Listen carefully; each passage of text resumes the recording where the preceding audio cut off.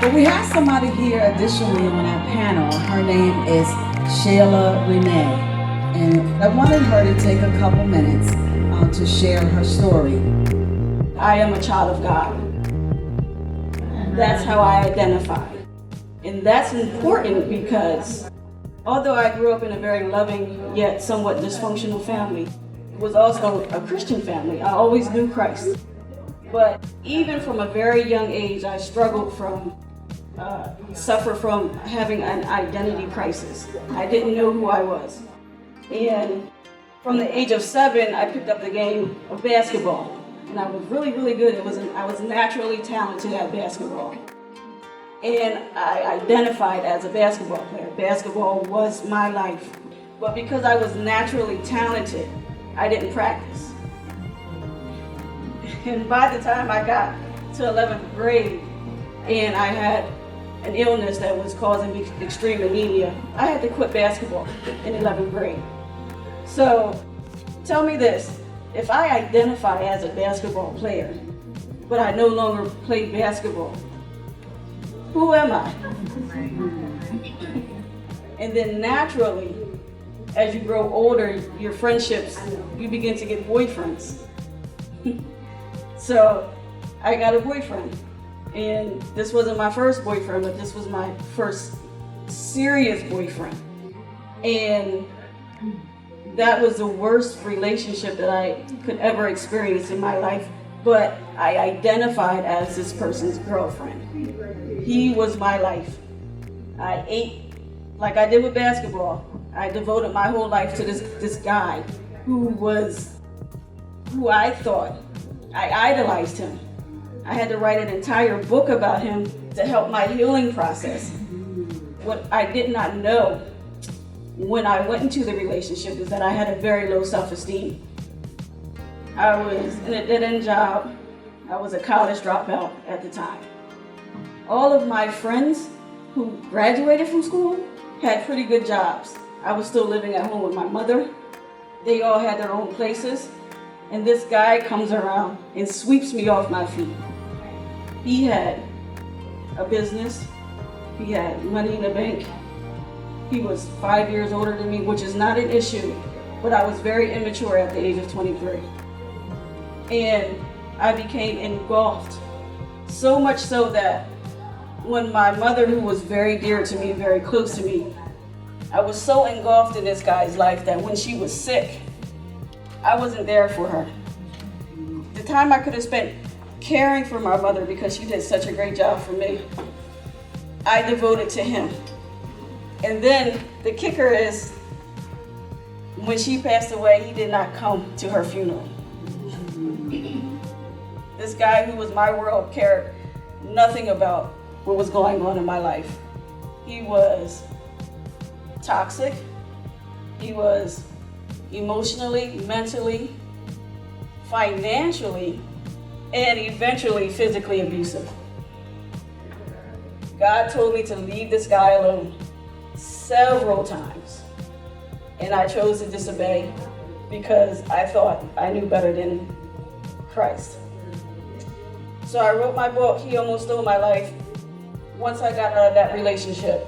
And the book chronicles the 5-year relationship with this man who almost stole my life. I'm here today because of Christ's grace and mercy. And eventually I begun to listen to God. But at the end of that relationship, after things were taken away, friends were taken away, my mother was taken away, he was the only thing left.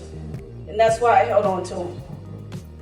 But I'm telling you, God is merciful, because I kept throwing that relationship in God's face. From the very beginning of that relationship, he said, he is not the one for you. And I said, you must be wrong. He has a nice car.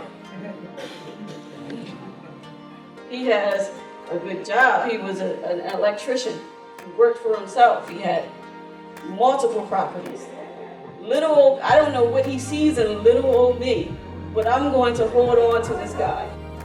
Doesn't matter what you say, because I'm going to make him better. And it does not work that way. So what I like to do is help people understand that when you lack an identity, when you do not know who you are in Christ, you'll fall for anything. And my anything was that toxic relationship. That relationship almost took me out. Like I said, he was physically abusive, and that came towards the end. But he showed me signs of manipulation, signs of control. He tried to isolate me from my family. These are all warning signs that should have caused me to run.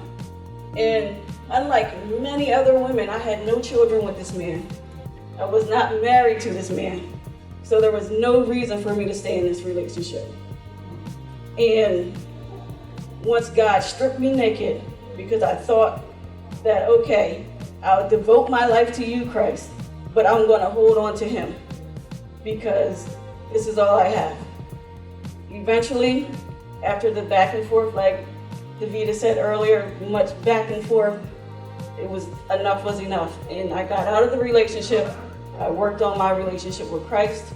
God put people in my life that helped me grow and supported me so I did not go back to that relationship. And I'm at a place now where I know I deserve better.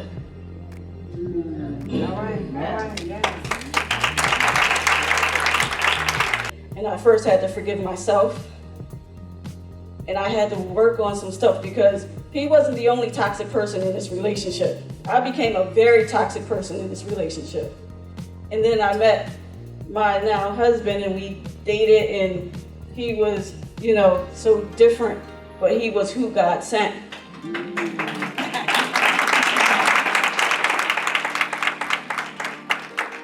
And that's what it looks like in my life. We have a 3-year-old son. I never thought I wanted children after my mother passed away because she would never get to meet him. And God blessed us with a 3-year-old son who prays for us at night. I mean, prays for us, like goes in deep prayer. And I'm looking like I am ready to go to bed and finish this up. That's who God blessed me with. And that's just what my life looks like. Like, everyone may not get married or may not have children, but God will bless you because you deserve to be blessed. We are his children. He wants greater for us. And I just want people to know that, and that's my aim, is to know that you're not the stuff you went through, you're not the stuff you did, you're a child of Christ. So, thank you.